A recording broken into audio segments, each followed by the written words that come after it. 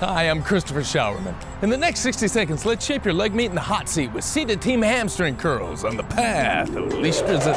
You'll need a workout partner for this team exercise. Start by clipping both leashes to the handle of the opposite leash. Sit on a flat surface high enough for your feet to dangle. Have your workout partner hook the two leash handles behind your left and right heels. This will allow each of your hamstrings to exercise independent resistance. Your workout partner will provide gentle resistance while grabbing the center of the leashes. Make sure your teammate keeps both shoulders down and back while driving their elbows back in a low row.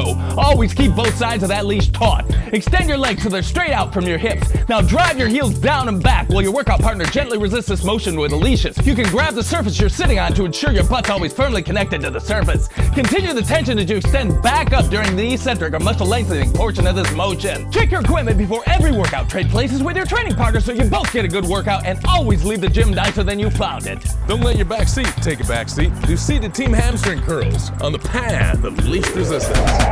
Thanks for watching. If you like our videos,